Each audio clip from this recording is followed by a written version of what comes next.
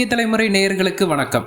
தமிழகத்தின் பல்வேறு பகுதிகளிலையும் கடந்த சில நாட்களாக வெப்பத்தின் தாக்கம் அதிகரித்து காணப்பட்டது. குறிப்பாக தலைநகர் சென்னையில் கடந்த 3 நாட்களாக 40 டிகிரி செல்சியஸ் அளவிற்கு வெப்பநிலை பதிவானுச்சு. சென்னை மட்டுமல்லாது வட மாவட்டங்களான சென்னை, திருவள்ளூர், காஞ்சிபுரம், செங்கல்பட்டு, புதுச்சேரி, விழுப்புரம் மற்றும் அதனை ஒட்டியிருக்கக்கூடிய வேலூர், திருவண்ணாமலை, கள்ளக்குறிச்சி போன்ற மாவட்டங்கள்லையும் பிற கடலோர மாவட்டங்கள்லையுமே வெப்பத்தின் தாக்கம் அதிகரித்து காணப்பட்டது. குறிப்பாக நண்பகல் 11 மணியிலிருந்து 3 மணி வரை வெப்ப காற்றும் தமிழகத்தின் பல்வேறு பகுதிகளில் வீசியது.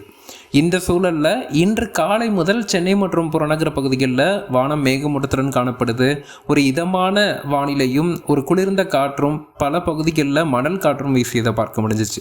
இதற்கான காரணம் என்னன்னா, நேற்று இரவு ஒடிசா மாநிலத்தில் உருவான இடிமலை மேகங்கள் மெதுவாக தெற்கே நகர்ந்து தற்போது சென்னைக்கு கிழக்கே கடல் பகுதியில் அந்த இடிமலை மேகங்கள் இருக்கு.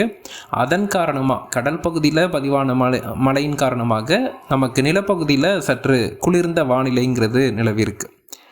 இந்த சூழலில் நமக்கு இன்றைய தினம் ஒரு டெம்பரவரியாக ஒரு தற்காலிகமான ஒரு இடைவெளியை கொடுத்திருந்தாலும் மீண்டும் அடுத்த 2 நாட்களில் வெப்பநிலை உயரும்னு எதிர்பார்க்கப்படுது.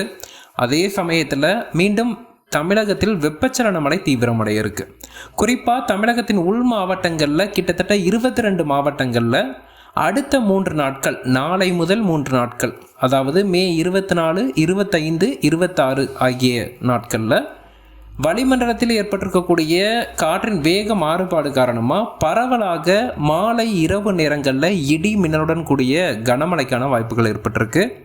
எந்தெந்த மாவட்டங்கள் அப்படின்னு பார்த்தோன்னா, தமிழகத்தின் உள் மாவட்டங்களான கிருஷ்ணகிரி, திருப்பத்தூர், வேலூர், திருவண்ணாமலை, கள்ளக்குறிச்சி, சேலம், தருமபுரி, ஈரோடு, நீலகிரி, கோயம்புத்தூர், திருப்பூர், நாமக்கல், பெரம்பலூர், அரியலூர், திருச்சி, கரூர், திண்டுக்கல், மதுரை, சிவகங்கை, விருதுநகர், தேனி, தென்காசி உட்பட 22 மாவட்டங்களில் நாளை முதல், அதாவது மே 24, 25, 26 ஆகிய 3 நாட்கள் பகல் நேரத்தில் தெளிவான வானத்துடன் வெயில் இருந்தாலும் மாலை இரவு நேரங்களில் இடி மின்னலுடன் கூடிய கனமழை பதிவாகும்.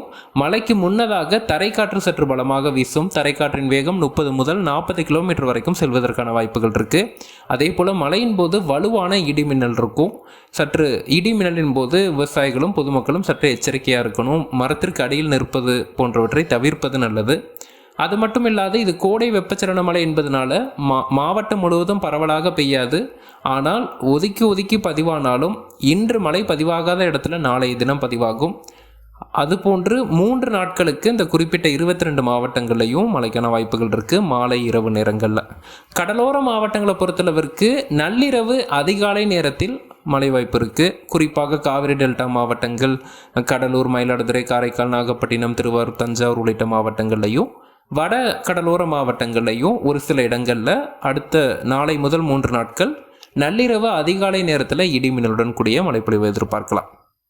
குறிப்பாக கடந்த சில நாட்களாகவே தமிழகத்தின் பெரும்பாலான பகுதிகளில் வெப்பநிலை உயர்ந்து காணப்பட்ட நிலையில் நாளை முதல் தீவிரம் அடையும் வெப்பச்சலன மழை சற்றே இந்த கோடை காலத்திற்கு ஒரு தற்காலிகமான ஒரு இடைவெளியை கொடுக்கும் அப்படின்னு நம்ம எதிர்பார்க்கலாம்.